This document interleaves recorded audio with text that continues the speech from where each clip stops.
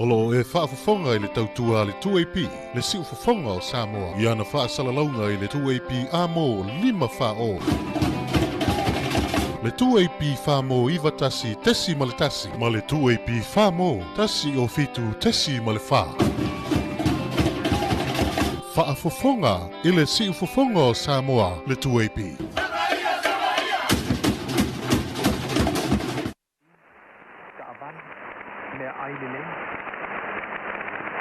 Ai olo tau seva la no matua e salama. O pe foi le malo si saan vale nei le me. A fai o au matua fana. Ai se a ole au ai ma pele matua fana. E sei.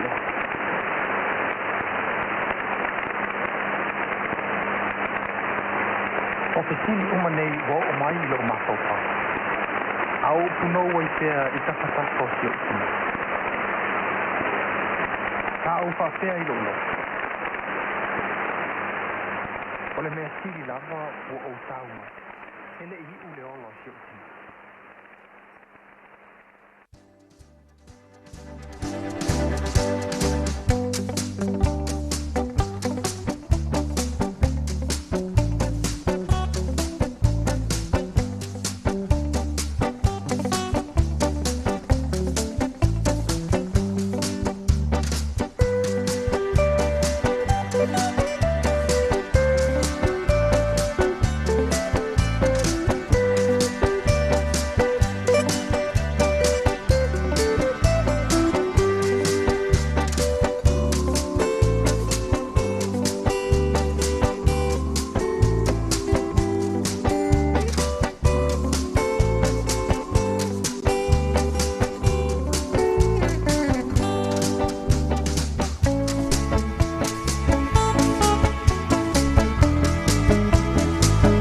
Talofa Samoa nei tau fo le tau ma te ko fe le tau re o le so nga fua. E na wa tule ma te mo wanti o le o te luis for 5 minutes o turn time le o le tu live fito. O le na wi lu mo le tu o le tato fasangi he pe ona ina le au fainga wenga le tu o tama fasau le langi. Ma joy le tatou whaafutai ma le tatou whanitanga I le tua. E na umwhai o le tatou o lian nei tāma nei vāsu fō. E whatalawhatu I le suafa mori malo le tatou o li o Yesu Christo wharofa ma o whatalawhatu I a te oe o nāua e mafuta mai whaafu. Mai le nei teimi o whaasalalunga a le si ufongo Samoa le lua api malo le usu malo fō I le ngā le lue. O le manatu maulunga sa le leime uma sa ye na va yaso o tona ya tu mai sa la zapati nafi e vo lo tale tenunga ia na mau se upa fala au se upa fa malu si au ya o ve fo I ma mo tatu fa manga fa le nganga matai fe au manga luenga o le va yaso ya va popo tu ia le mo le tatu upa fola le ta ya o ya wa ti ya yo ne tele ya lea wha malo si mō tātou. Ya I nei wā yaso wā matali a. A o le lua sultolo ele nei o ansola masino o Februari, le tātou sāwalinga, ma le tātou tau fitulinga lo ia nei masino o Februari, ma le tātou sanga. A o le aso muli fo le nei o nei masino o Februari, wa o le tāu lunga I le aso lusu walu lunga le aso nai. Ya o le tātou matai fo I leo le masino lo le tolu le masino mati. A le fo o tatu ia I sa o le anso pa ia o le malanga lo tatu boli I whaola na taunu ai lunga le sa tauro era I mama hang sala tangata oe ma nei la lang le o tatu ia I sa mwhailo na fo I aso pa ia o le li o la tatu wha manatu ai Tātou wha manatu le tāua o lona maliu. La aso na tāua masona ngā ia I tāua oe maa. Le vo I la I nei wā yaso pe o nā matamai la wā yaso tenai.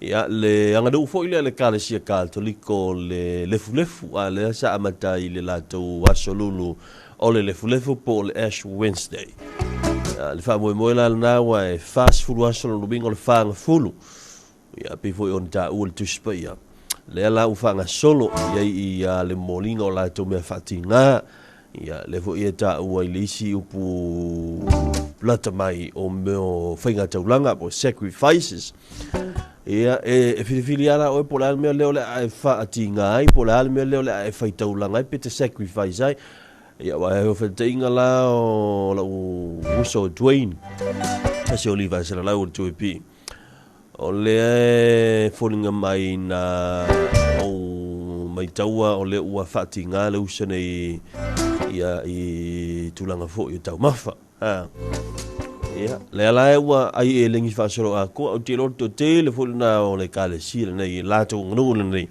e pe fa nga solo ai le fo i masina mo le vai tau le tipsanga a fa yo na foto au su mai nei tai ao ia fa Talofa tu pe a fa yo na o e ma foto mai lunga le o le tele a fa foi o na o e ala i fo tai ao e fa ngolonga mai lo le o fa Talofa tu pi Talofa la vai al oi a vai ole a fo ini au tape langa mani fa moe nga wa fa moe ia nias ia ang le tua ia sao mauli fa moe nga man tua le si vai ngana on to fa manatu on ol variation nei le fa tenu ina il fenga palo teletiti tu malo sa fa tasimba vai singano numero lua la salulu la tu palo to mua la sfrelo la tu palo tale filfili ai la tu sui tal no le vanga na fila sale na fa mutai i le periodo campaign po fa la wiloa availa o na ilunga la wata o le sui tau va o tau nei on tu ilalo a me se lavo va na fa a me se lava o tu malone i lua ona i ho e ngol tu la fon fa ia yo na fa le nga ina i tam fa sui a fai la vo le uma ia le periodo na ole la va kam foi mai fa la wilo a tili lo sui a le e si le fia o uma le periodo na ia ai ana la fila sa o te lo to tele io ni si sa o le lotu to telefo ni si sa le fai ona o le lotu to telefo ni si sa kukamba fai me ai to telefo ni o la fo isa i nei fu fuanga mala singa ina ua mai asa ninga la sa o le talo sia le ia ele i a fia lo tangata ni fa lave sa e ono tula e mai ai ni fa no noanga o le talo sia le na ia o le wa mata nei va ia so ile lo fa malanga le o le ia tatu fa mo e tatu tu tasi le li lava singa o le nei foi va ia so la to o le to sfuru male iva minuto to tale o le fitu to sfuru lima minuto le fitu tatu se le fonginato tatu ripoti o le talo le tau tal fitu tatu telefon mai vai o telefon ia on fanga solo le foi leo fa fiang mai proclame fanga solo ale tu mo nanga le si fongo sa mo le 2AP fa Talofa tu ia te oe ina nei tai ia te oe mo lo wainga nai fa na o le foi ua tape na wale anga mai ia onga ang le le tu fa mria ia tu tau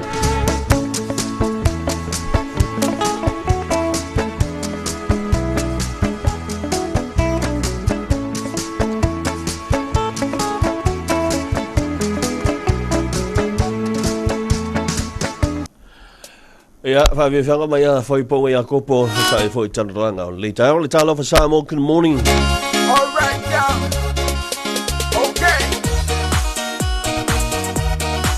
this is down in the line all the way from Spain I don't see musica ele musica all right get down to the message musica pop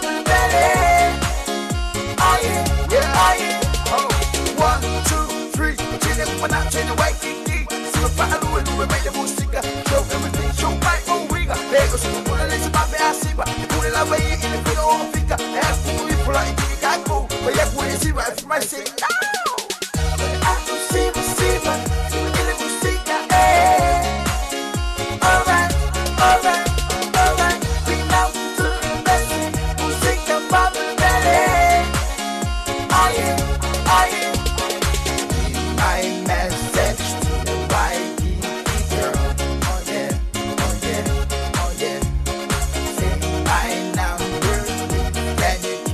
up, oh yeah, oh yeah, oh yeah.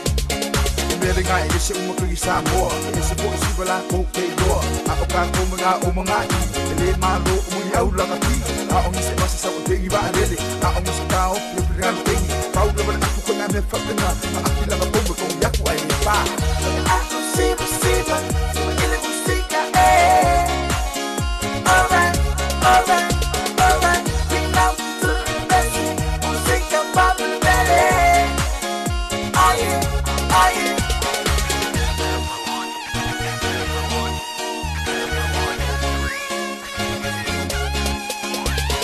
Now when I say you're on low, you shoot your body your way by Louis my D, Louis my tour. I want to put a Louis 4-4. And they go away, looking like a mother. But I won't knock out the war. You might guess you see my life. Oh, my phone, you oh my miss away. Move up in the club. If you want to dance and have some fun, put your cup in the air. Sit it up, DJ turn it up. Single ladies, put your hands up. All you gotta do just dance, dance. Listen, everybody in the club say yeah, yeah, yeah, yeah, yeah, yeah. Ako siba, sumakili musika, eh. Alright, alright, alright. We love to the best, musika popularity. Oh yeah, oh yeah. Ako siba, sumakili musika, eh. Alright, alright, alright. We love to the best, musika popularity. Oh yeah, oh yeah.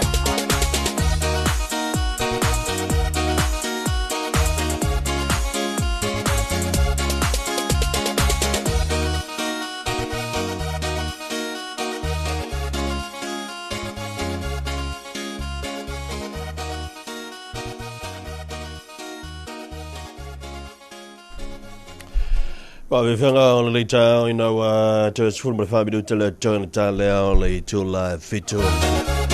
Alright, y'all. So, you'll have a phone to reportedly you'll tell the town, pay on top the official by town, should me know. Yeah, you lay to lie, lima told follow.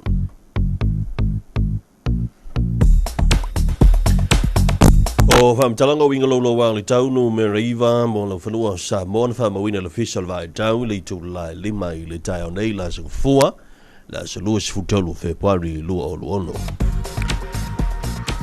ua fa Malaysia la pata inga mo timu mafa ua fa Malaysia la pata inga mo timu mafa fa Malaysia fu tuanga mo lo longa fa Malaysia fu I fa tuanga mo sa vini malosi I vai nga umo Samoa. O peu mama le e lo ta otona I sauti sifo mai Samoa petai o ao fa pe winga suo le e o mai timu nga mafa o wile mafai tili fa pe sa wile malosi mafa tau le o lo lanta mai ma fia pe la tunu o le vai mamao e ono fa solo in fight ti winga lo wa le tau mai stay mi le so petai o le timine o lo fa Malaysia pe la pata inga fa pe fautuanga mo lau fanua umo Samoa ono o winga susu ma fa malu o lo ofiti ai la tunu awa fianga ono alia mai ti munga mai ma fa ini se taimi e pua o ma base se wala ino fuanga maulunga e lo vai no fuanga I tafa te faala e ono yai ele le solo ma lo longa I vai tafe ma no fuanga e a fiango fie e fa tau savili I taimi o ti munga ma fa Leisi tala whamtalanga o winga lolo wao le tau o le tu ina mai e official vai tau lima I le fiafi on le so. Talofa, good morning. The Public Severe Weather Information number 9 for Samoa issued by the Samoa Meteorology Division at 5 o'clock a.m. this morning, 23rd of February 2026. Valid heavy rain warning, valid flood advisory, valid wind advisory all of Samoa. The remnants of the active trough low pressure linker over the group, although the main system has relocated southwest of the island's chain. Moisture content and instability associated with the said trough of low pressures are anticipated to maintain isolated showers with periods of heavy rainfall, thunderstorms, and strong gusty winds today. However, the system's movement together with the latest predictions indicates a gradual decline in showery activity for the group from later today. For the time being, all warnings and advisories advisories remains for all land areas of Samoa Island group. The potential impact: heavy downpours with poor visibility, foggy and slippery roads over mountain passes and ranges, pulling near roadsides and waterways, possible landslides and flooding in major rivers and vulnerable areas. Expect gusty periods during heavy rain. The next severe weather information will be issued at 5 p.m. today.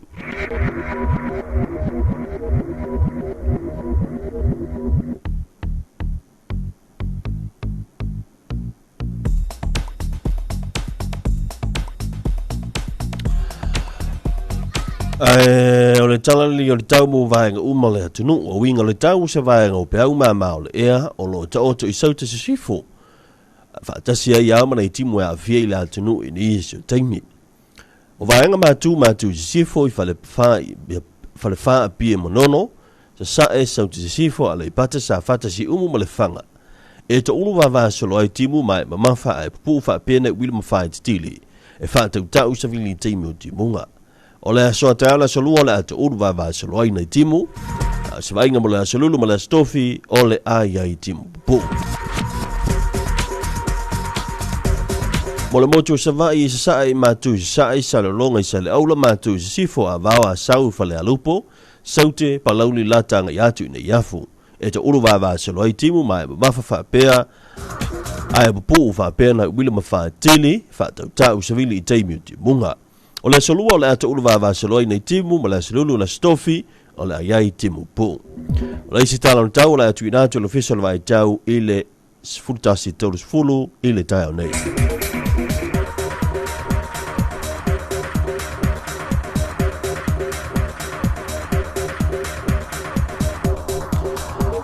The morning district forecast for Samoa for the island of Upolu. North to northwest Falefa and Pia Bonono, east to southwest Ale Patasa Fatasi Umunfanga. Today, isolated showers with brief heavy force and few thunderstorms. Expect strong gusty winds during rain. Tuesday tomorrow, some isolated showers. Wednesday and Thursday, brief showers. For the island of Savai, east to northeast Salilonga to Saleaula, northwest Avao Asau and Falealupo, south Paloli Lata Tuna Yafu. Isolated showers with brief heavy force and few thunderstorms.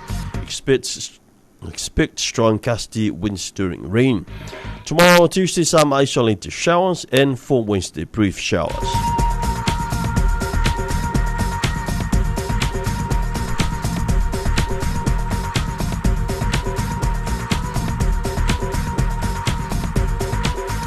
Il tala tau bla te fanle mo nga sami o Samoa. O vainga lau tele mo nga te fale ma tu ma o nga sami I saute. E mai tawantu e tala tu salava le tulanga lo ye tala tau. Va peo la angil vaita lau se vili mai ma tu sa e moleso. E luas fulu lima kilomita le tula o ngalu mauma. E lua tesi ma 5 mita le maulunga. Whapena foi la soa tāla sa lua le matao polu sivili mai sa e lua sifuru 5 kilomita le tula a o ngalu mau mai lua I le lua tesi ma 5 mita lona mau nunga. O le vainga lau tele mo le asa lulu e te tusa foi o ngā sami matu ma saute o le vaita lau sivili mai matu sa e sifuru 5 le lua sifuru kilomita le tula o ngalu mau ma e lua I le lua tesi ma le 5 mita lona mau nunga. Tala o le tai minei o lo o pe le tai fa moe sua I le to luas futolo minute le sultas pe le ai le tasi minute te le 5 le afiafi o le to sua le fulua minute te le sultasi I le po ana nei le si tala o tau o ngate fanle la tu mai le sultasi to le fulu I le tai au nei. The morning marine forecast: there's no valid advisory warning or warning for all marine waters of Samoa. But the situation, a moist and moderate northeasterly wind flow affects Samoa's marine waters. Today, both the northern and southern marine waters, north to easterly winds 20 to 25 kilometers per hour, 2 to 2.5 meters for waves and swells. For tomorrow, Tuesday, easterly winds 20 to 25 kilometers per hour and 2 to 2.5 meters waves and swells. Wednesday, northeasterly winds 15 to 20 kilometers per hour, 2 to 2.5 meters waves and swells.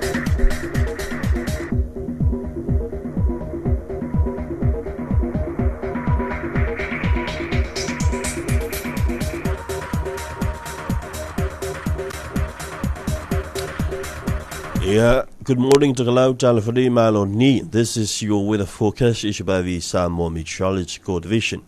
At 6 a.m. Situation: a trough of low pressure affects Tokelau. Meanwhile, a moist northwesterly northerly wind from flow prevails over the curb. For Wednesday, forecast to midnight tonight for Tokelau. Occasional showers and isolated thunderstorms, moderate to fresh northeasterly winds, moderate to rough seas. Further outlook: some showers and isolated thunderstorms. The next update will be issued at 3:40 p.m. Talatau mo le atu to lau sau ni official vai tau ta leono tau nei la fua luas futolo February lu ono. O wingo le tau se vai ngo pau ma ma le alo a fiai le atu to lau pitai. O au se suo sa vili mai ma tu o lo ofiti ai la tunu o vai ngai tau mo to lau se iau lia va luango le pona nei. E ti mua wha peu wili ma wha tili ono iai wheo lolo wha sole na maa lo se vili mai ma tu sae. Au le sami si wha sole na so. O vai ngai ono tuantua le ai timu wha peu wili ma wha tili e ono iai. Leisi talo tau o la atu inatu ili tu la e tolu whaas fulu i le a fiafia le so. Talo na tau mu Samoa ale ngata fo ina o le atu to lau. Ia le vaenga o whaas launga le 2AP. O le tebula wati le uta 5 minuto ton talo fitu ma alfa fianga nei o le so le matatu telephone.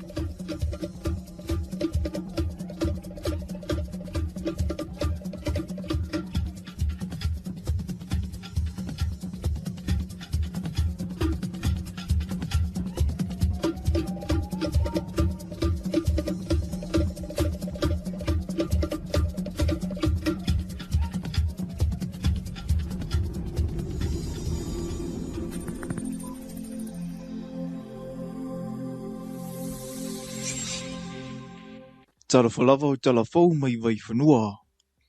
I talatomua, o ngā ruenga whaavaitaimi ua tuina eina i nisio a inga mawaenga o le tino u. Ai o le isi fo i le havanoa ua maua i le saolotonga mo i la tau ua whaia mionga le tau pulea, e whaatasina i sa mua i a tino mamau, e meisi o le popoe le whaonga ina o le malosi o tātou tangata, e ati aipa mo le manuia o isi a tino u. O le loloto le na ua o i ai le laulili unga le kāpeneta, ia inga o loo whaavaya i le whaatinoina o le polokalame. O saunua le afionga le pālemia o sitasi o li poti mai au sitalia. Na tā ua i le tele o le sau tangata le Pasifika e au fia i malo tatu atuna u i le tamau a inga o le amalo ona o ngā ruenga whaavaitaimi. O le tupe maua Australia na whaatupe mai le li poti le na so se furo februari. E tasi le piliona tāla Australia. Le tupe maua a Australia i le scheme le nei. E a fia le Pasifika ako. Lua se furu pasene o le sau le Pasifika ato. Lua se furu pasene o no winga la o Samoa le ito tonu le lusu pasene lea. Liu yale to whama mana tunatu. Po whea sili. Po lo walu avelo wafu i ol me manguia ile sia kungu. Ia kia isi o wakungu. O lea ua tuu ia li ima whaipule la tau te filifilia i la tau e te tau tonu i aile polokalame a wā o le isi whaafita uli o le malanga pēa e ua tele avanoa o maua ai olo o tau mia lava tālu sanga a le to tele e le i maua lava se avanoa e malanga ai. Ama na o mai le o whainga luenga i niwisila e watu pētanga tatuai o no lasa umana train. E na afale au tuai, afale au fau. Ia maua pēa le avanoa e o ele au fau. E fau i malanga mua. O ma fau na train. Nā mele tupu le taimi nei, o tato whai aonga, o tato tentau sima, o leo, o tangata le whainga luenga i hotels. Wa whaale tonu ai maa nanga tato nei. Alfa mo mol bloketi nei, nā o tangata, e leo whainga luenga. Ua ia isi poloketi whaalo toi whale a Samoa ua taimua i le malo e mawhai o na maua i se leni mo tātou tangata ai i le taimi tasi o loo whaatino pēa le tautua i te tonu a inga i Samoa nei. Ua whaingoa ina tangata nu o saina le lua whelua se whunuma leono o le tausanga o le solo whanua. Mo le silafia, o le malo saina e ui ua iai le ka lena whaita uaso ua muli ta ia e le tele o atunu u. Ai e pei lava o Samoa, e tāmau pia saina ia na tū whaaleanga nuu, e au fia ai maleka lena nao la tau whaonga ina i le silia i le whaase lau tausanga witua nai. O lea ka lena whaaleanga nuu, ua iai manu e se fulu male lua, e whaata ua e lea malo ma e tofu lava le manu male tausanga e whaata ua ai. O na o winga e mawhai o na maua ini le sona o ngā mō tangata soifua. O le manu na fitu i lea ka lena o le solo whanua, lea ua mana i le lua whelua se fulu male ono, e whaata ua o na olona malusi anga, tu to atasi ma le sawasawa. E mawhai o na avea o na winga ma sani ma wha malusi au i tangata nuu, ina ia tari tonu lava le tangata i lona malusi anga, ma isi lava le sona ta ua. O lea whaika lena o se tase o mafua anga na a mata tūsi ai, ina ia fua i vaitau ese e whetaui mga ruenga i whaato anga. I le vaitaimi o Januari po o Februari tausanga uma, e whai aile sauninga wata ua o le Spring Festival, e pati aile mau o le mawhutanga tu whaatasi, a inga mo aso malolo, mai le tele o ngā ruenga tau i whaato anga e whenga iai le tausanga a toa. Taluai o leo sili ai le 5 tausanga, le umi o le whainga ua Samoa masaina. Na whai aile polokala me le ofisa le amepasa o saina i vai 5, e amana i ai le malo Samoa, le anga nuu, a le malo saina. We understand why it is a deeply cherished event, which celebrates the reunion with families, the strengthening of connections with traditional and cultural practices. These values resonate strongly with our Samoan culture, where family, community, and unity lies at the very heart of our society. This evening's celebration therefore holds a significance for all of us who value cultural diversity, mutual respect, and friendship among nations. China has made significant strides in its rejuvenations on all fronts through modernization, and at the same time forged partnership, including in the Pacific region, to assist with the development aspirations of countries. o avanoa whaasiko le sipi, o avanoa whenga wenga, o le whesoasoa ni tau I tonga la au ma whaatoanga, o whoa I mea whenga wenga mo talonga, ma le lasi lava ua apa mai ei saina ma whaia mo Samoa. 2025 also was a milestone year in China-Samoa relations as we celebrate the 50th anniversary of the establishment of our diplomatic relations.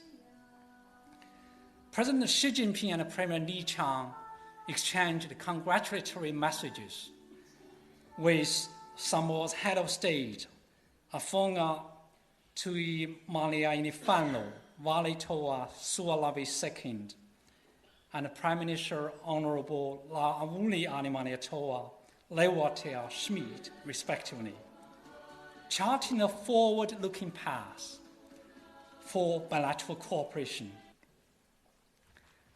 Our mutual visa exemption agreement entered into force, deepening people-to-people ties, 3 primary school projects, the heavy agricultural machinery project, and the renovation project of Apia Comprehensive Sports Complex were completed and handed over to the Samoan government. O le tele fo I pisinisia tangata anu o le malo I le tatu o tunu ua maua inga wenga, na yu tatu tangata mawhisoso ni I le te mau ainga o ainga ta itasi. O la sofitu le masina fau o le atatala imo le mamalu le tunu le maketi fau o lo oisa palalo, o le maketi le neisa whaatupe e le malo New Zealand. I le whilo inga le vasingo tu si tala ma le awhionga le pale mia le susunga le lau le male toa le o te apola te pao Fosi Smith. I le vaiaso taluai, na ta wai le hawhea o Samoa e le asea singa le pale mia o New Zealand ia Christopher Luxon. O le whinangalo le taitai o le malo. Ia awhia mai le pale mia o New Zealand ma whaile sauni ngaloa ia e o tele li pine ina ia te tala i le maketi ai ua amata whao ngā.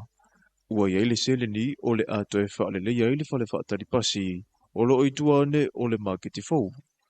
E le to iai fo ini whale ainga le vaenga o lo iai le taimile nei. E anga I umai te tono le maketi fau ma whaata waitau ma wha, ngā ruenga tauli ma maisi. O le maketi le neisa fau si e le kampani fau whale o le Shen Constructions, e sui tūlanga I le maketi sa whaata ba ia le afi, I le tausanga, e lua hawhese furuma le ono, I le vaenga lava o lo iai le maketi fau. Talofa Samoa mo le nei vaenga le aso manu e tele fuafuanga o whianga I male atunu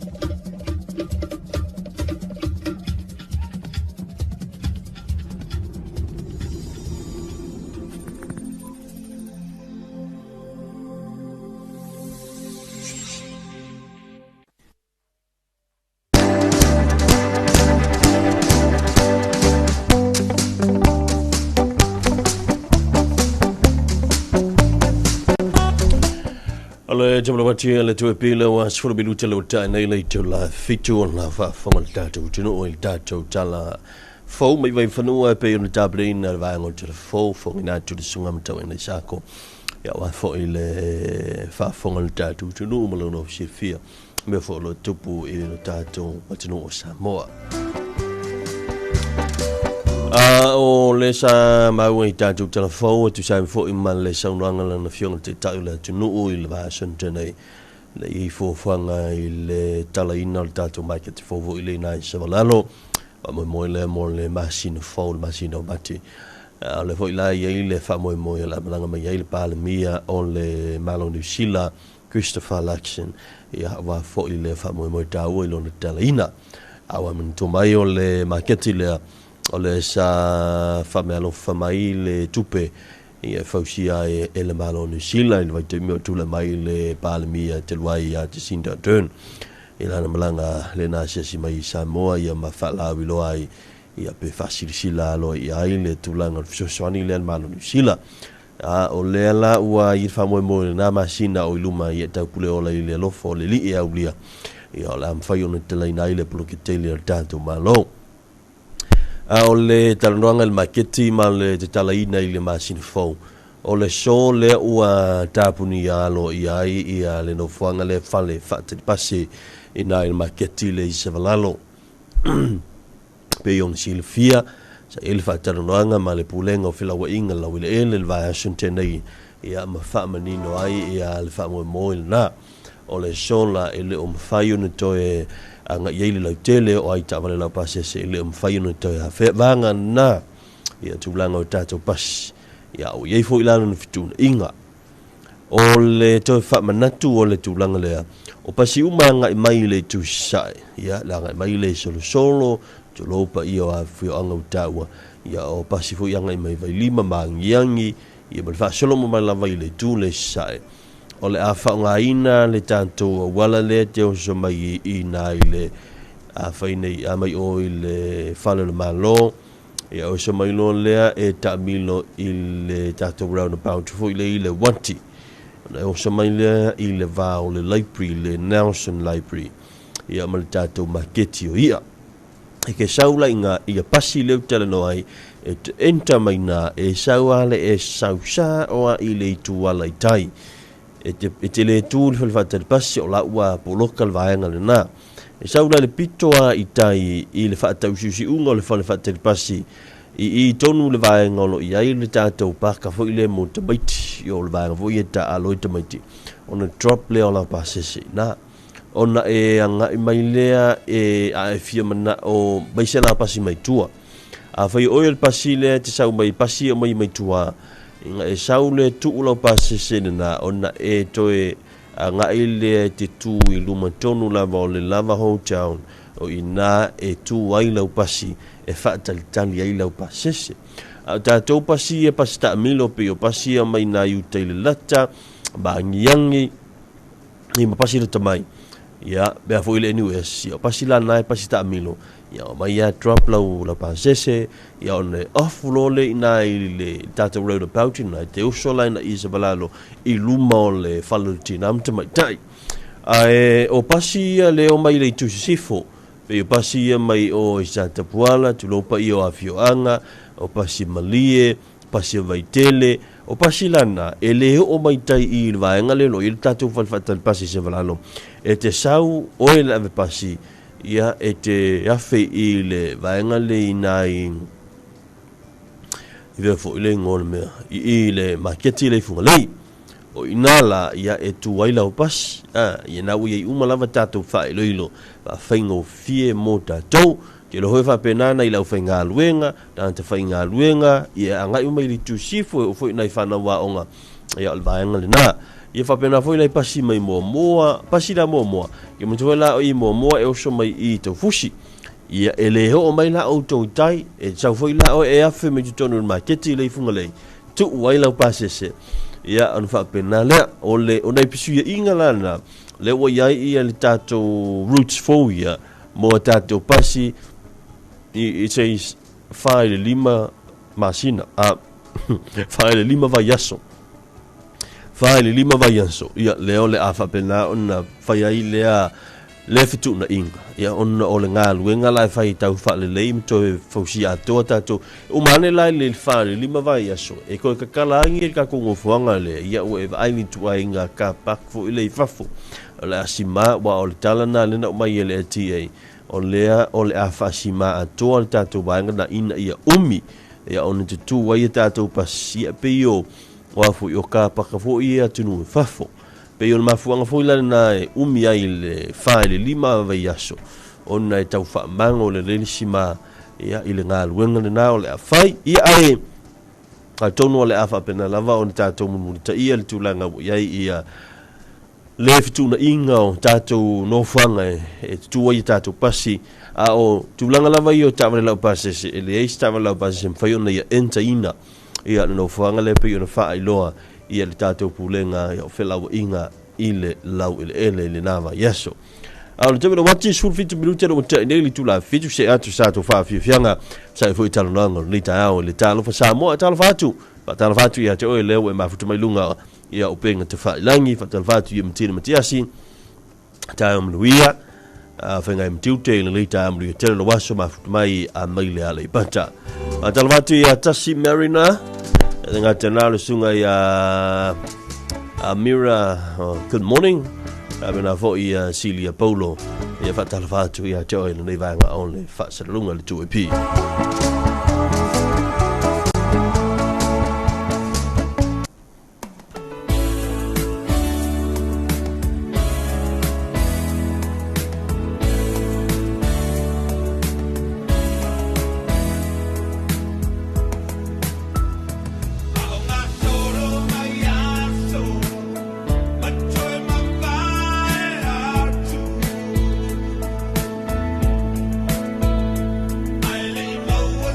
Time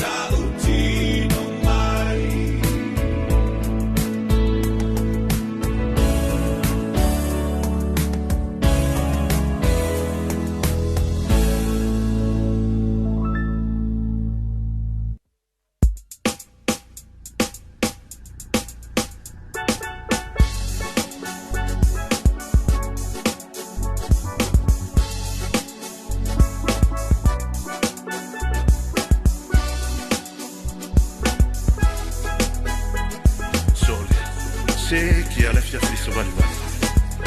Fali le la ilona tau a fia fia. Le la Samoa wa filanu lanu wa I. Filanu wa I oda ave I le langi. Io e ta fisa vali vali. Angi malu le sau a fia fia. Ina ua tuana I o le lai. Tau so sei e te tiuai. Ile solo ata mai tai. Tu mai alo lima. La uhani. Tau sala Samoa. Matalasi. Le falua inoe. E se tasi. Sa vali vali ane ile launa tasi. Sa sala maya la to ula langa ali. Mana ya le fenga solo ai. Alla foi alla to atai le sami. Ani malu le sau a fia fi. Ina ua tuana I ole lai. Tau so sei e te tiuai. Ile solo ata mai tai. Tene tene tene maya. La uhani. Tau sala Samoa. Matalasi. Le falua inoe. E se tasi.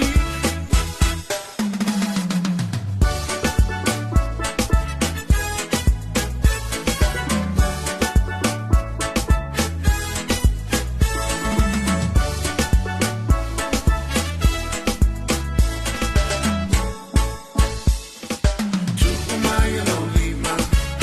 La uhani. Tau sala Samoa. Matalasi. Le falua inoe. E se tasi. Faliu le la ilona tau a fia fia.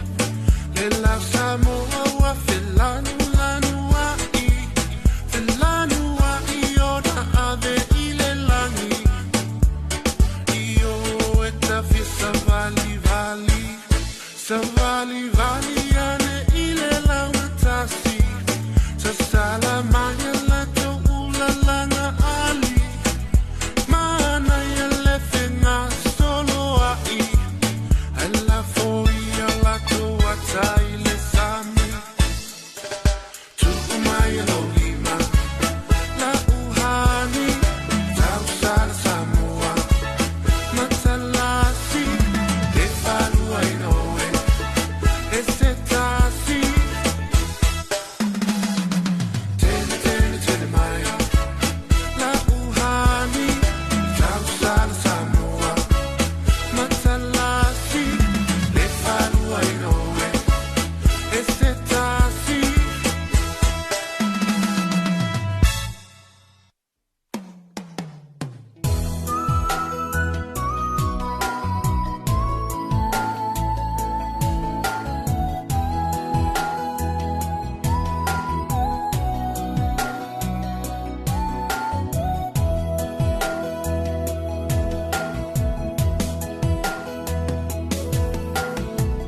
O si o te mata e pa ia I si o te lima o whaata a pera peina I le wha o lima pasauanga I le ana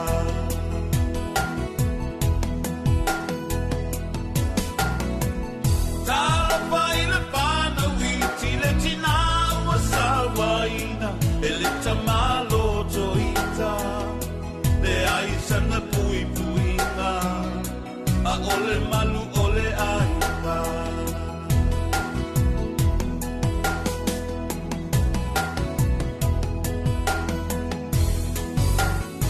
O ai ea o te sulu I ai Ea o te lapi ai mai le sasa O mai Lo tama ea po o ai ita O a o salu a whana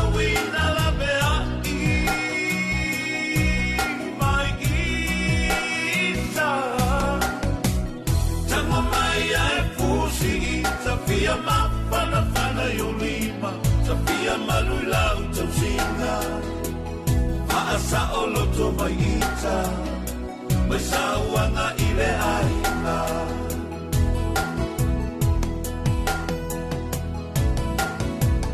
ua paa upuina ole ulu ole aina awae afua mai mana o ole tamalofa le manuia o se aina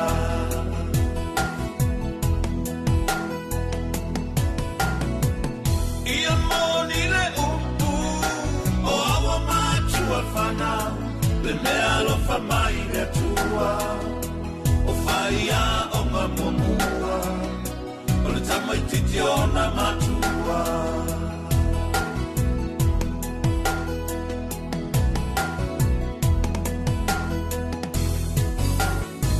o ai ea o te sulu i ai ea o te lapi ai mai le sasa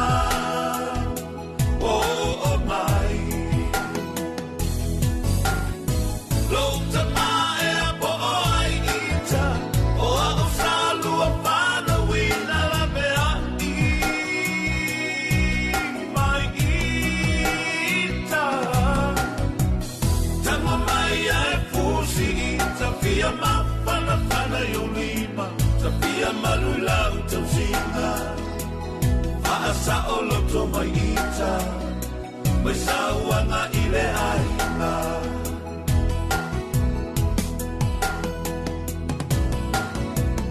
Talofa isi o utina Ile iwa o masina Saia tau aveina Ila loi folo na fatu Sapolonga ona oa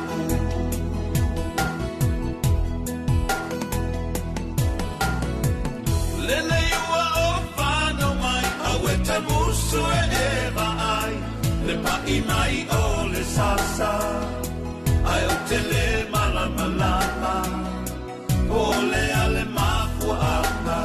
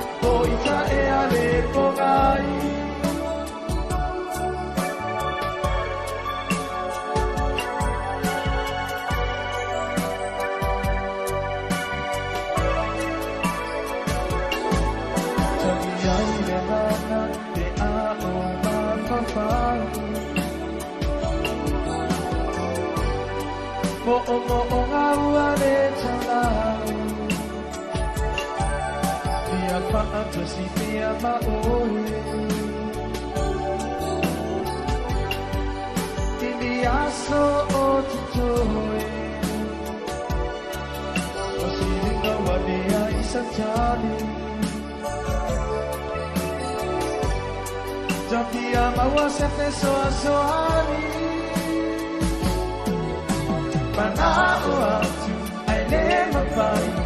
Poa ue ale pongai Lo paala oni Tapia maputa Te aiso na taunu una Ai mana tua Ono ua lopa Walai ona o polona Kau tali mai Po ita e ale pongai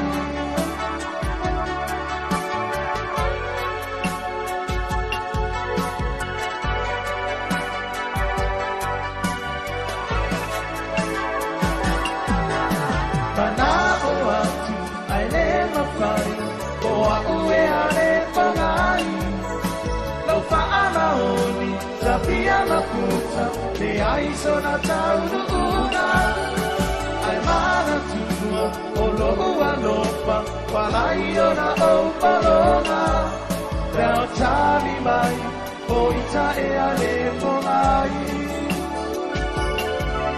Reo tali mai Poita e ale pongai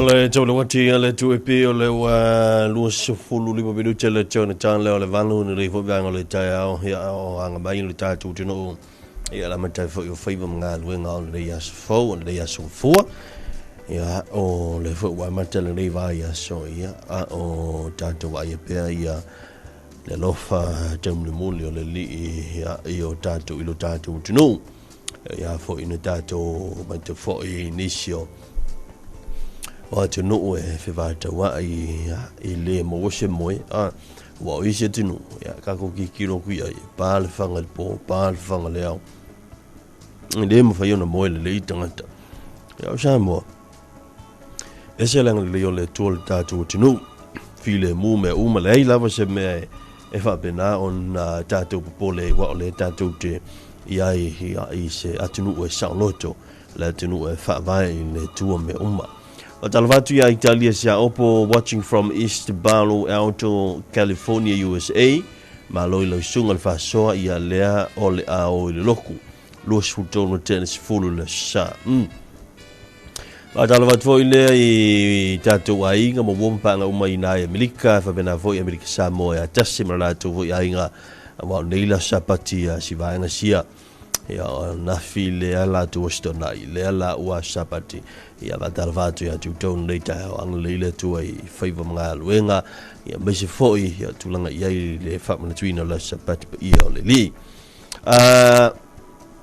neva yaso ya foi inicio me tu neva yaso o le lulu le fa mo le tanto pa election o le tanto pre-polling mo le pa election le ai to malo o sa fata numero tasi malitu malo vesingano numero lua vesingano numero lua lua on suita va o le suita va vang fa tu le tu sa mo tasima suita va al HRPP o le tu malo sa fata numero tasi lima o la tu suita va tasi le HRPP mal fa le fa tu ile tu sa mo tasi ya tu langala ye ta bdang o riva yaso la solua le fa mo la sa ta malanga toil ma tu team le anga ya tu mo ti sala fa wa fo il kavaina tatu fa sala longa tu ina mai fa sala longa wale tatu fa nga balota le aso lulu tatu pre-polling aso ferele tatu pa election ya va nga ta ui alo ini va ya si fo bang tele ya va man tu mai ya ole loma le fono le palmene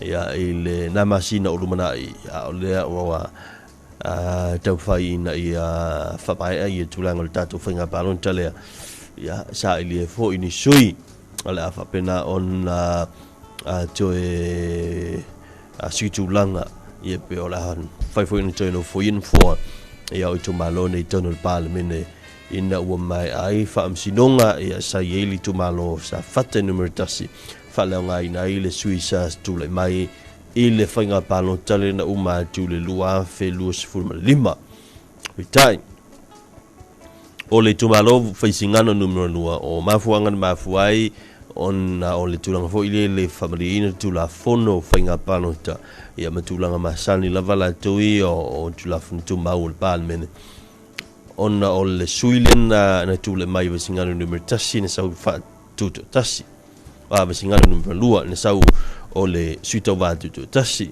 apeta iane ina mai on fa tol palmene ma mata fu ifun tangal palmene ia na whapena na anga i loa i o vang whai whatutu i le tuasa mo taspitai ala lo ia lava i o tūla whono whainga palonta ia matulanga fo i ei tatu tūla whunu tū mauro lima taita ina i ngā luenga le palmene e umalona whatauto oe i le peonai tutu o tasi po le vang whain whatauto i oe umalona whatauto i le mwhai ona tau suia sau vang whai vangana i o le folosia i luma le palmene o le whanga fua o lou no fuang o lou no fua il palmene a te fo i le tumalo whainga palota pe o mafuanga lana le na mafuai on ava noa no fua vasingana numero lua i le paia inga le neilo sifurma le valu i na whato amtalia nei paia inga le lau whamaria ina uma ia vaenga le tula fono ma o lela ia ute fo i ai ia le fo i sa tula mai i le whainga palota te nei o se suita watu tu tasi le whiunga ya motopua Seve Henry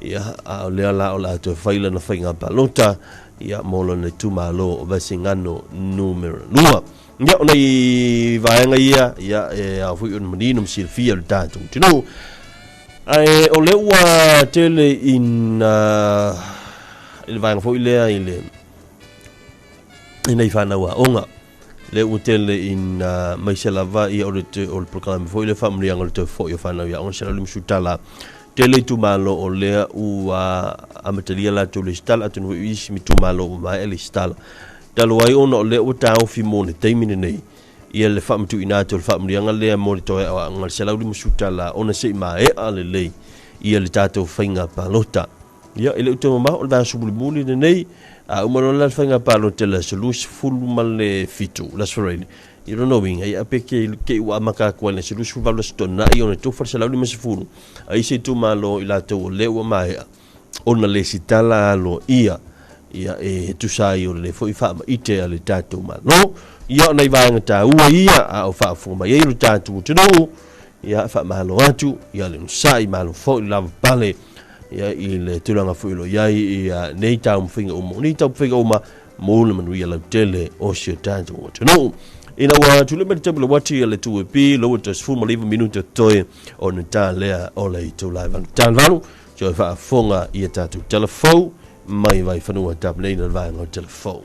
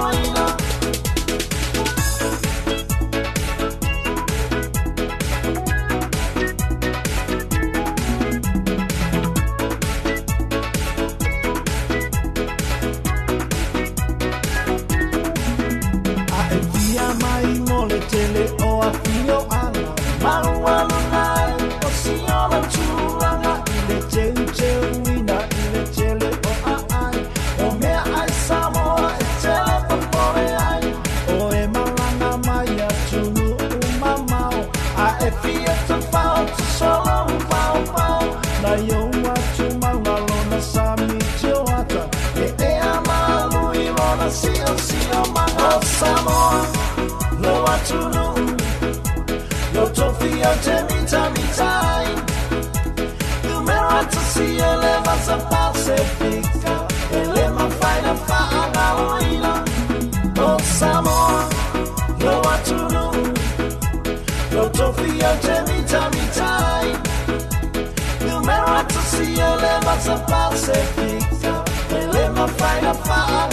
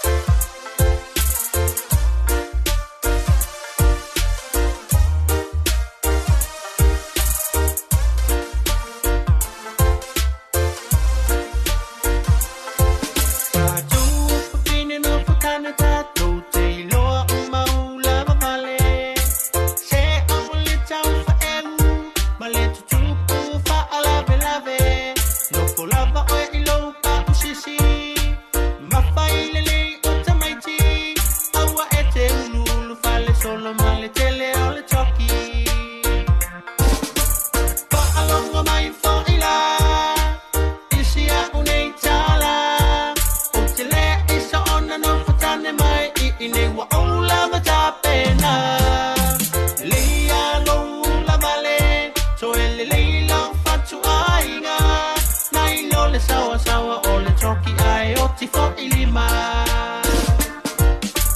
Ba alongo mai fo ila Isia uneitala Utile isa ona no futane mai Ine wa ola ngata pena Leia lo la vale So ele leila fatu ainga Nai lo le sawa sawa o le toki ai o ti fo ilima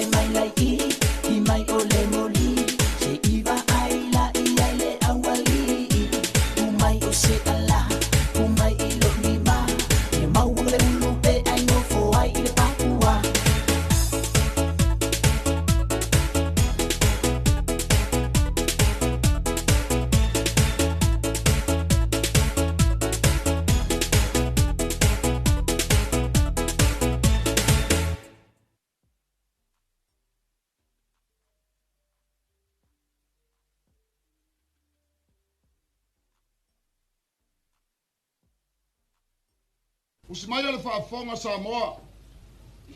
O la mātou pesa le nei o le tauvanga. O saunia e li ma whaipule o whaala. Whaatasiai ma le sunga le whaafengaina. Whaafonga. Ai whaafewhianga le rei whaanga le tai au mai le tautunga ranga le siufonga Samoa le luampi pe ona hautou whaafonga mai ai nai e tātou whaasaralanga i mana e tātou pispisenga hea pe ona iai.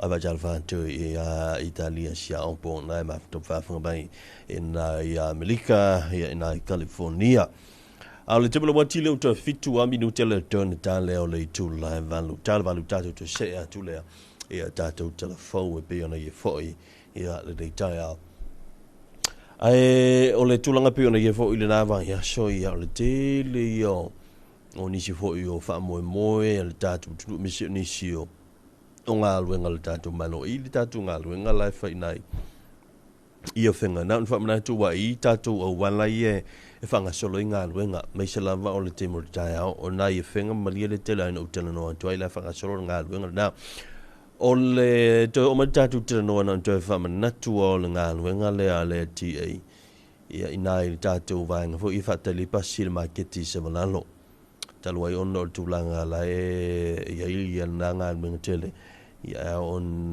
tatu tu no foi ma tu wina ia vaenga le ia ina i meane ia o ia sa wala ka vale e sa wala ko ko em tu mai o le o mai fasil silanga tanga luenga mal pulenga le talaina tatu no fanga le mo ne va yaso e fa ile lima va yaso e fanga solo linga luenga na fuor nga luenga le ile teimi o le atala tatu proketo tatu market knife e sa valalo asina nga luenga tele ia tato maloma na proketi ia leolo o yeita pedanga ia ona nei fo i masina mo nei va yaso ia tawon tato mate tuina le va ngata ua ai fatal fatu i le moto sala fai ba fotala ia tulang fo i sushi wing o tau i moto sala fai ia au telo o winga lama na tau no i fo ia le nei masina mo nei va tau le tusanga o le utatu i fo i ia e priota lava nei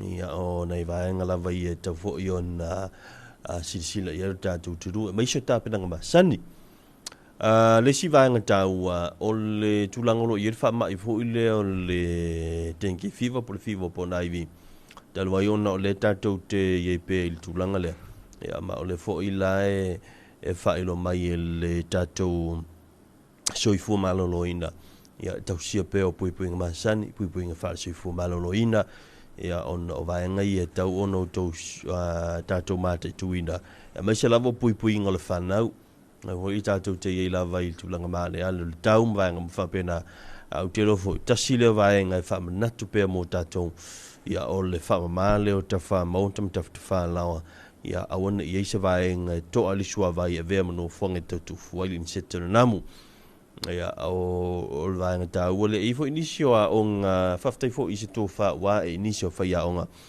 ma pule a onga ma onga te tasi i le tau whamamai no lotoa i inisio a onga whai lato ngā luenga whamamai si sio manga i au te lo vaenga tau o uma ia mo le manu lau tila va ina i mwhai on wha a maue whanau leo la seifu malano ina mantofoi o isi ia vaenga o le mo le o le soifuanga o le tangata soifua malono ina ia e muli ia le muli ia tātou anga i vaenga o le soifua o ina e mua mai e lunga le soifua malono ina awa le malono ina le sisio manga le malono ina ia le soifua o le tangata ia e wha le tonu umalava isi vaenga ia tātou titilo iai ia i le soifua ma le ola o le tangata lantou ia vaenga taua na ia na on toi whamanatu ia ona o le tātou te iai swinga o le tau ma vaenga whapena ia a o whamalu malu mai fo i nisi o tātou o whamai fo i e ono a fiai le soifua ma le ola o le tepere wati to tolu minuta le to tale o le tu la valu ia tātou sia sin tātou whafianga i ni foi vanga le tai au ia i le tautu mnanga ia wha wau a le si ufonga o Samoa le tuipi.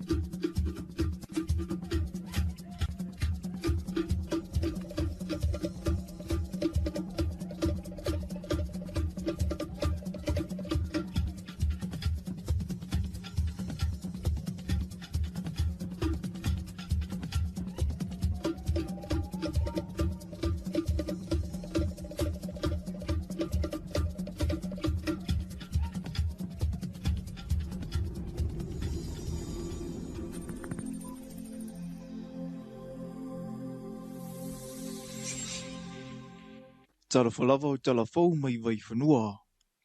I talatumua, o ngā ruenga whaapaitai ua tuina eina i nisio a inga mawaenga o lea tino u.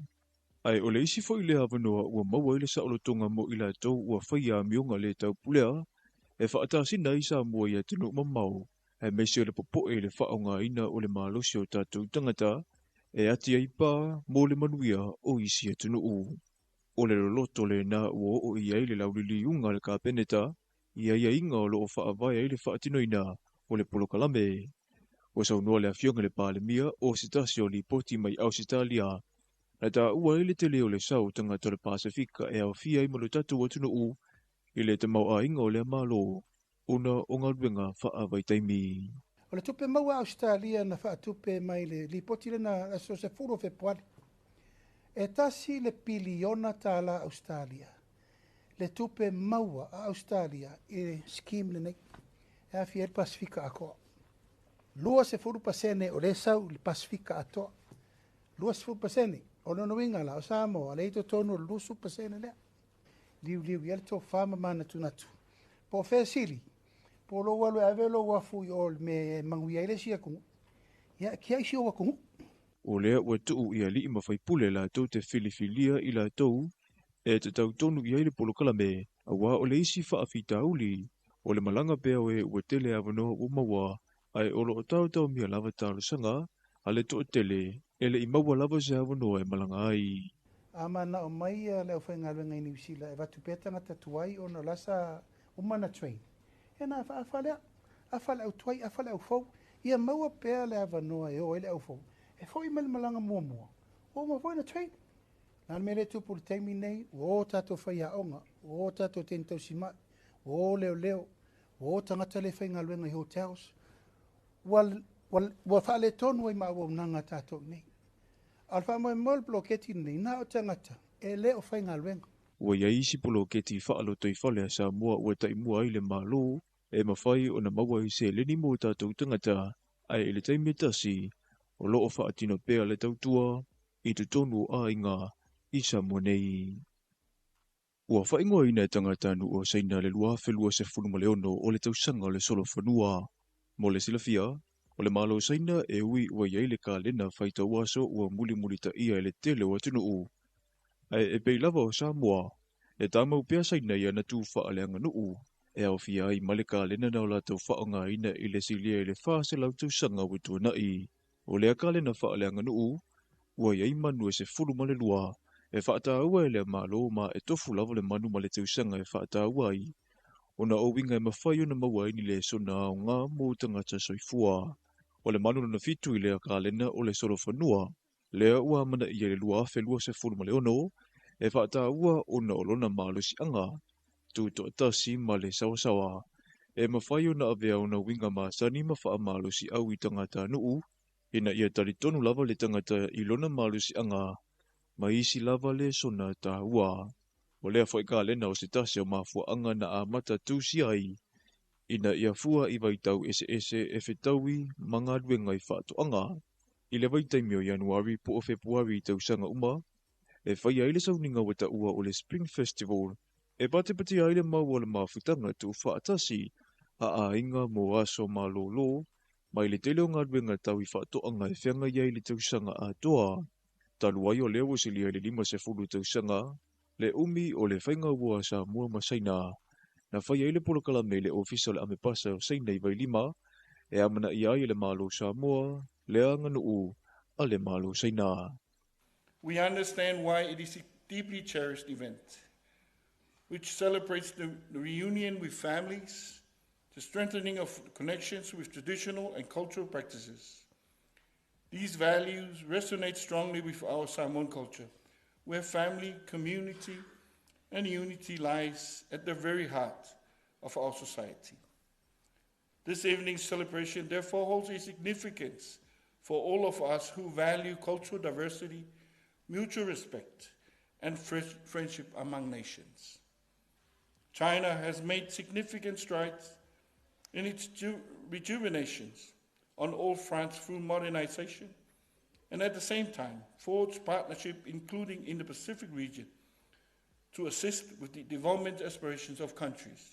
O awanoa whaasiko le sipi, o awanoa whinga duenga, o le whesoasoa ni tau i tunga la au ma whaatoanga, o fōa i mea whinga duenga mō talonga, ma le lasi lava ua apa mai ei saina ma whaia mō Samoa. 2025 also was a milestone year in China-Samoa relations, as we celebrate the 50th anniversary of the establishment of our diplomatic relations. President Xi Jinping and Premier Li Qiang exchanged congratulatory messages with Samoa's head of state, Afonga Tui Maliainifano, Waletoa Sualavi II, and Prime Minister Honorable La'avuli Animaniatoa Lewatea Schmid, respectively. charting a forward-looking path for bilateral cooperation. Our mutual visa exemption agreement entered into force, deepening people-to-people ties. 3 primary school projects, the heavy agricultural machinery project, and the renovation project of Apia Comprehensive Sports Complex were completed and handed over to the Samoan government. O le tele fo i pisinisia tangata anu o le malo i le tātou atunu u, ua maua inga duenga, ana i o tātou tangata mafisoso ni i le tamau a inga o a inga ta itasi. O la sofito le masina fau o le atatala i mo le mamalu le atunu u, le maketi fau o lo o isa malalo, o le maketi le neisa fa atupe e le malo New Zealand. I le whilo inga le vasingo tusi tala ma le awhiunga le pāle mia le susunga le lau le male toa le o te apolata i bau Fosi Smith. I le vai aso taluai. Na ta wai le awhia o Samoa e le asea singa le pāle mia o New Zealand ia Christopher Luxon. O le whinangalo le tai o le malo. Ia awhia mai le pāle mia o New Zealand ma whaile sauni ngā loa ia e o tele li pine. Ina ia te tala i le maketi. Ai ua amata whao ngā. Ua iai le sele ni o le ato e wha le iai le whale wha taripasi o lo i tuane o le maketi fau. E le to iai fo ini whale ainga le vaenga o lo iai le taimile nei. E anga i umai te tono le maketi fau ma wha ata wai tau ma wha, ngā ruenga tauli ma maisi. O le maketi le nei sa fau si e le kampani fau whale o le Shen Constructions, e sui tūlanga i le maketi sa wha ata ba ia le afi, i le tausanga, e lua hawhese furu male ono, i le vaenga lava o lo iai le maketi fau. Talofa na mole nei vaenga le aso manu e tele fuafuanga o whianga i male atunu u.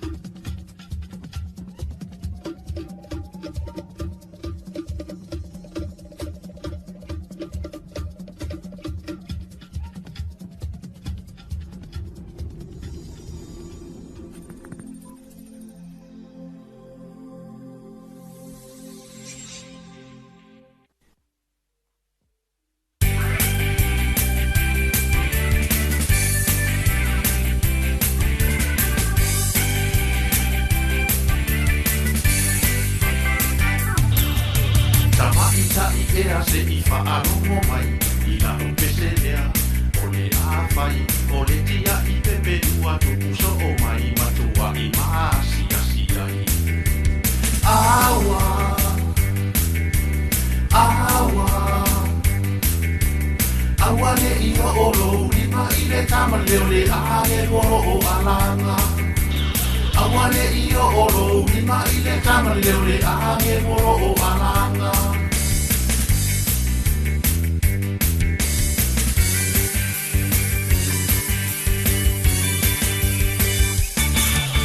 Whaamari e o tukina naunga, ai muri mai, ai ua rourua, wa ele fefe ke tama o irua, ai ua whaasiri o si o uma. Awa, awa, awa le i o olo, lima i le tama leo le age moro o alanga. Awa le i o olo, lima i le tama leo le age moro o alanga.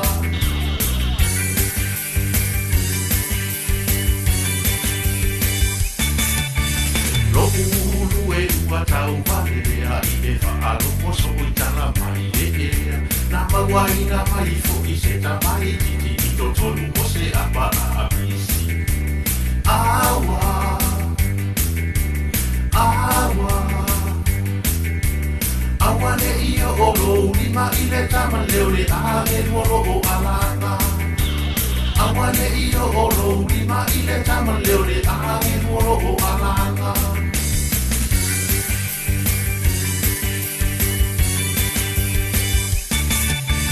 Tano fai le oro a tanua, na foa ina mai, e le atua, te le io po o se ia te nā se whai te au o se pale ia. Awa, awa, awa ne ia o lo lima i le tama leo le a me polo o alanga. Awa ne ia o lo lima i le tama leo le a me polo o alanga.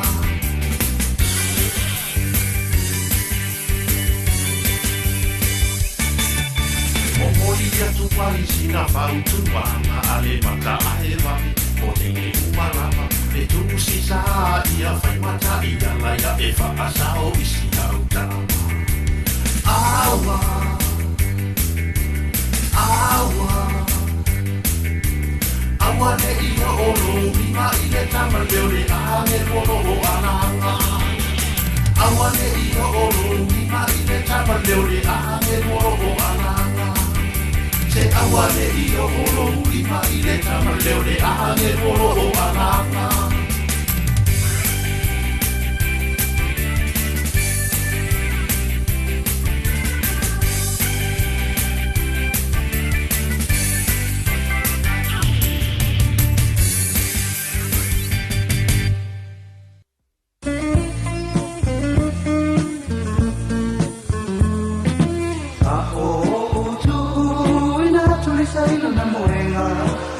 Te pae o na mata, ma whakea mai o si ana tala. Peri fatali, sei e tau mai a lava. O le atua malo na uinga, o lo na langu mo na fōringa. E alofa e whaavavau, o i tatou maolana whanau. Ena uli uli, pae pae malanu malava. Sau matangata ilana sila panga.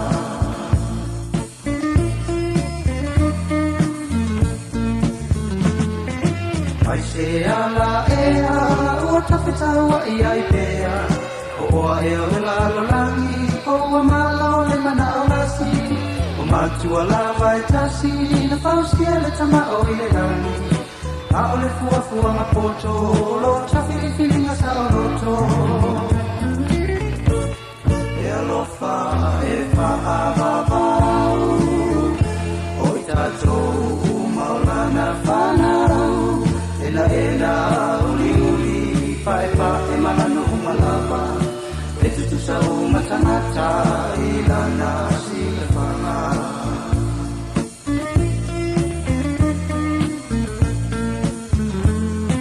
O le alofa lava o tamana, whausia i o e maku. Falling I see on the fatusa, ia tama uma le mamalu. Le atao le fa'ao la tanga, ina ia sau matangata. O inga nao le atua, le isu ia talo mai ana mua. Le alofa e whaavavau, o i tatou maolana whanau. Ena uli uli, pae pae malanu malava. E tutu sau matangata i lana sila whanga. E alofa e whaavavau, o i tatou maolana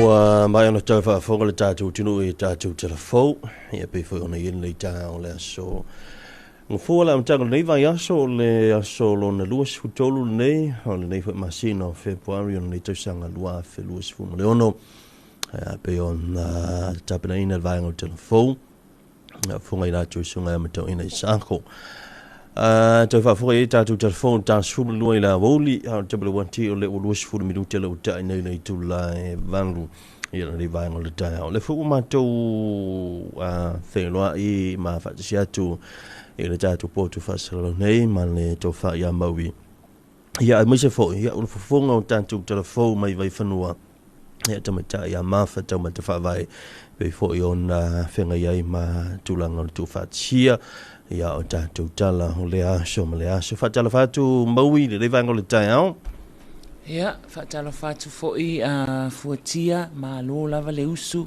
mā lō le tau tai, mā lō fōi le fonga ia I le tau tua ina o le mamalu o le tātou atinu.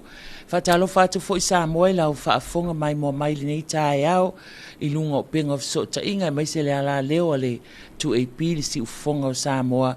Mā lō le soifua manuia le nei tae au, ma le langi e mamai manatu, ia o le nā fōi ua malei fua mai le atunu ia ma whanga solo atu I fe au matiu te masani o le amatanga o ngā luenga o le nei fōi vai aso e maisi o le whanau ia o onga. Ia whatalo whātu fōi le tamaitai si nia talafou mai vai whanua le tātou ofisa whaasalau nei tamaitai a mawha mā lorso I fua mawha nei tai au.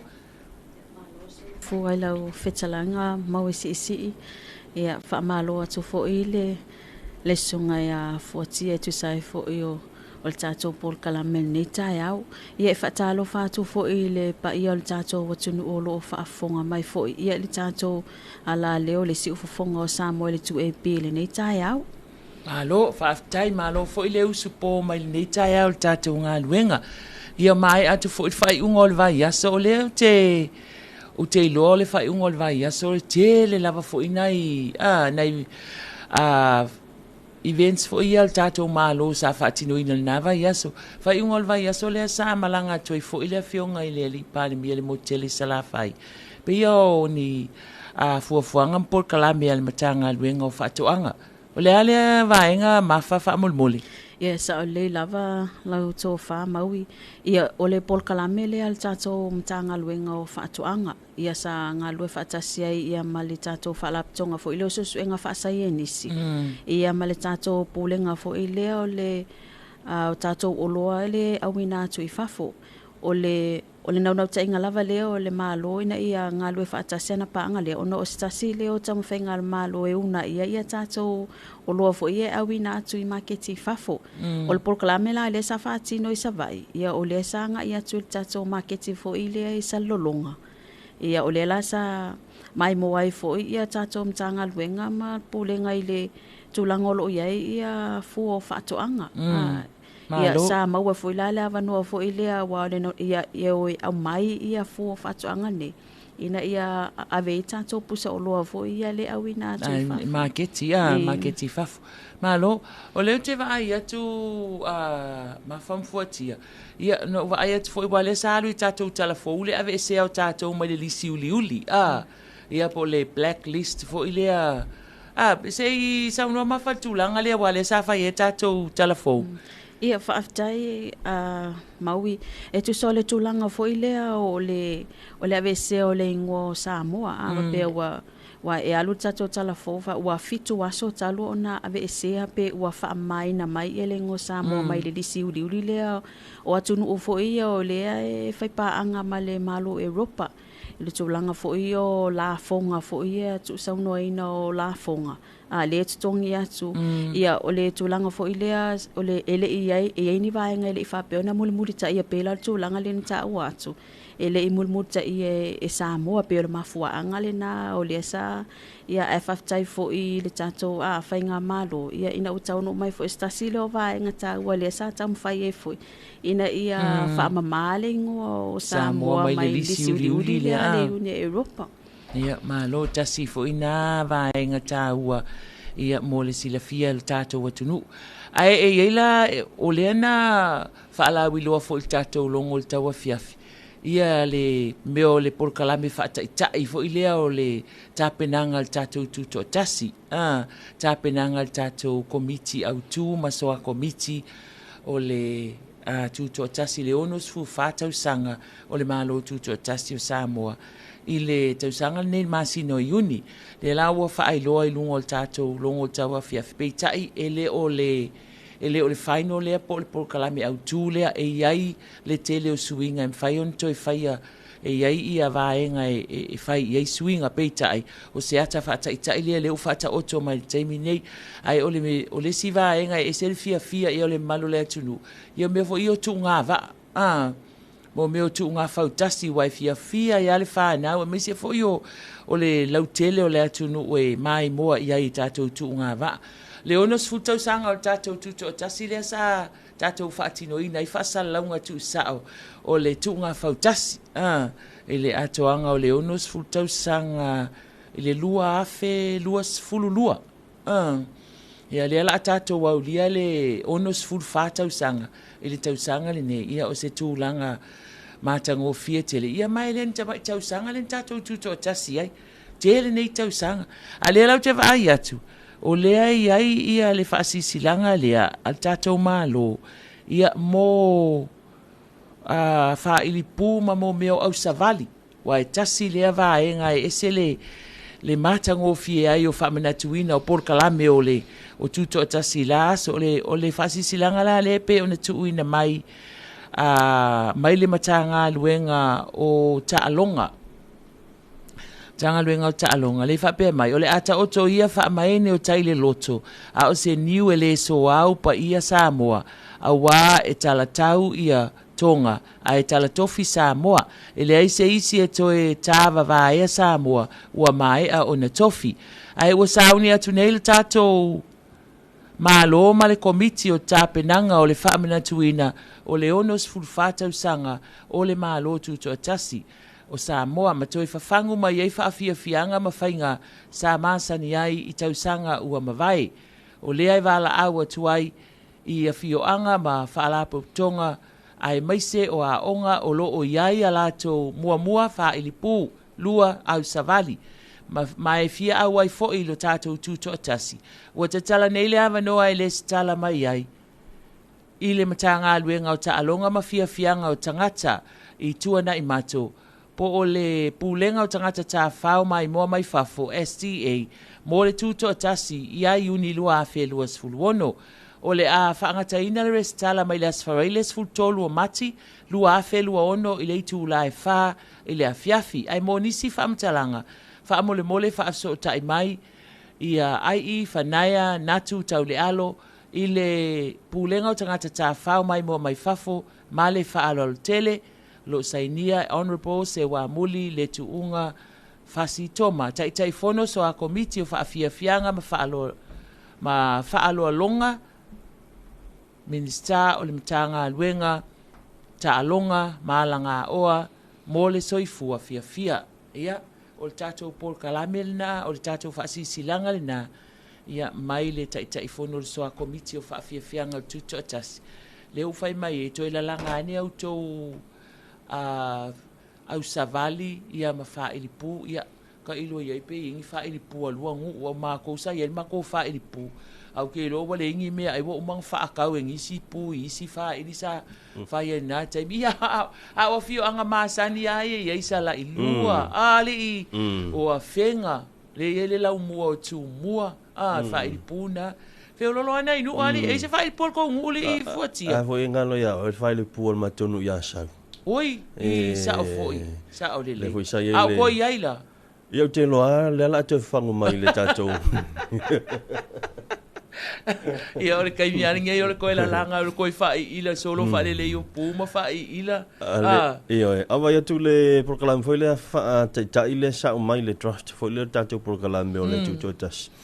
Pi o le ama tātua i a sa prokalame le tutotas i la stoks fulu. Le ia il Taalolo fo ile mo le tala ina o tatou monta fo ile ale fono ia le tu o monta fono ia ma fa solo mai ale ile so mo le fo titilo atu nei tatou malo fa lungia e to tele tatou malo fa lungia ia vala au lia il tatou a tu to tas ia ai a tatou wo o lo lai fa fia fianga nei ia o le matua matango fia ko ia mai lai lunga le au savali au ke le loia o lua penga lua savali o ngo savali le maf o savali le fu atia ma fa ia sola sa fa le au savali al mako a onga kulanga lua a o wa onga na tulanga lua al matonu a mako o fula mo me o fu nga sui mo me o longa kai le lang sam sama usai avel longa tai le tau na mai lola ia le su ia le manga ia u lo fangu i la voinga ia wa kai mia mo ke le afo tingangi ni ko nginga fo ingai ia ale rampa la so la le rampa ele ingisio ele ingi tai ti aso la fa nga lo le rampa fa ele o fula ma to ninga la na sa fa ile terminal ma to sa vali wo fa si leva ia kai mi ngai le ingi yaka e ni fa mau ngona vai nga si mangwe o mal kemi o ko ki kilo ku i o ka akala ia inga ko sa vali ia it's right